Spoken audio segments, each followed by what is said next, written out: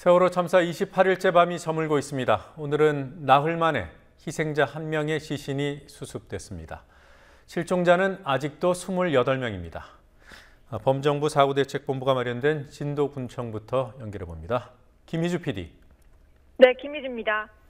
네, 수색이 너무 더뎌서 실종자 가족들 가슴이 더 타들어가고 있습니다. 수색 상황 어떻습니까? 기상 악화로 수색이 중단된 지 사흘 만인 오늘 새벽 0시 50분 수중 수색 작업이 재개됐습니다.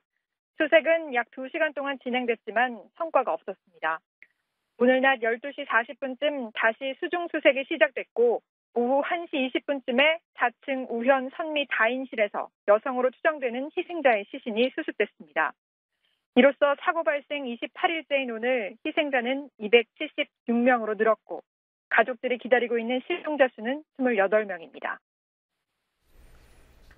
정부가 희생자 가족들에게 생계 지원비를 지급한다고 하지 않았습니까? 여러 가지 문제점들이 이미 지적이 됐습니다. 어떻게 지급한다는 겁니까? 대책본부는 그제 세월호 희생자 가족들에게 생활안정자금을 지원하겠다고 밝혔는데요.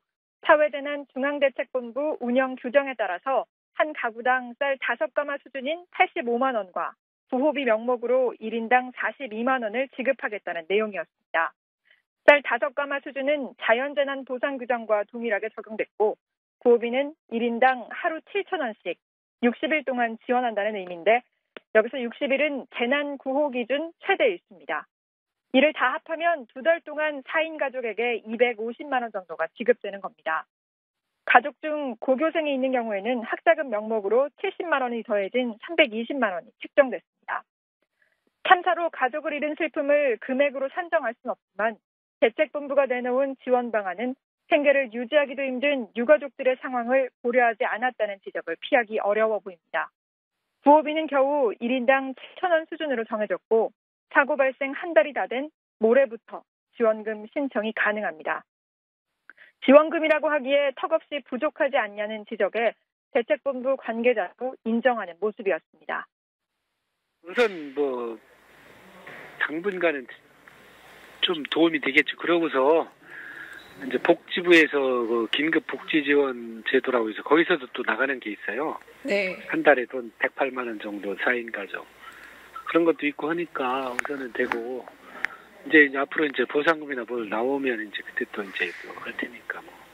그래서 우선은 이렇게 드리고요. 이제 그래서 이거랑 저거랑 합치면 한 300 정도, 350 정도 받으면 우선 생계는 되겠죠 너무 부족한 액수인데 그래도 이제 우선 최선을 했고요. 이제 앞으로 이제 또 다른 절차가 있으니까. 희생자 가족의 생계도 고려돼야 하는 만큼 정부가 좀 더 현실적인 대안을 마련해야 한다는 지적입니다. 정부가 세월호 인양을 위해 해외 업체에 제안서를 내라고 통보했다는 기사가 오늘 조간신문들에 났습니다. 본격적으로 인양 구상을 하는 겁니까? 대책본부 박승기 대변인은 기사 내용이 사실이 아니라고 부인했습니다. 직접 들어보시겠습니다. 그 기사에 대해서는 아는 바가 전혀 없습니다. 그건 자기가 그냥 생각해서 낸 것이고 우리가 공식적으로 한 번도 이야기한 적이 없는 거를 쓰셨던데 네. 어디서 쓰셨는지는 모르겠고 아는 바가 없습니다. 그거는. 그러면 12일에 통보한 것 이것도 전혀 사실이 아닌가요? 사실관계를 저는 잘 모릅니다. 지난달 28일 뉴스원이 정부가 외국업체와 인양과 관련한 논의를 했다며 관련 문건에 대해 보도했을 때도 정부는 구조에만 집중하고 있다며 부인한 적이 있습니다.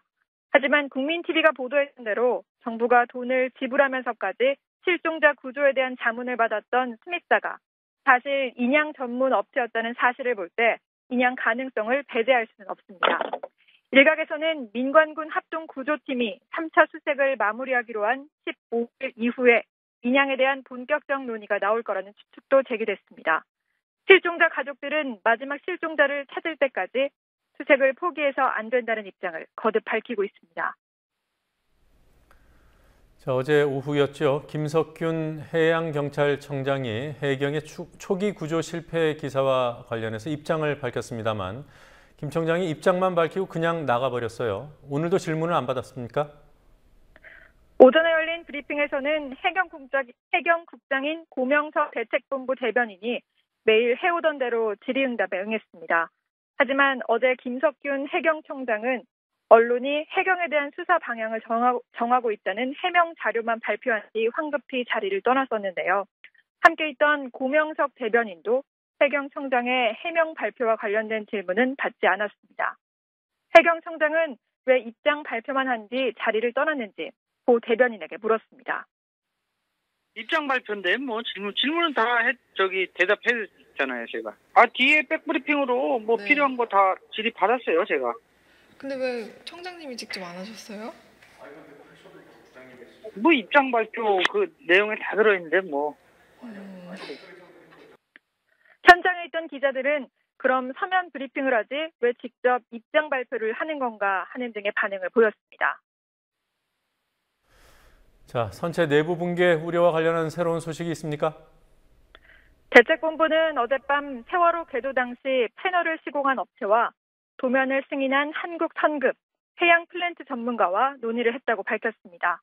이 자리에서는 휘어지고 있는 패널 재질과 형태를 파악한 것으로 알려졌고 장애물을 치우기 위해 현 2인 1조에서 3인 1조가 되는 방안도 제시됐다고 말했습니다. 하지만 3명의 잠수부가 투입되면 위험이 더 증가되는 만큼 3인 1조 투입 방안이 확정된 건 아니라고 밝혔습니다. 지금까지 진도군청에서 국민TV 뉴스 김희주입니다.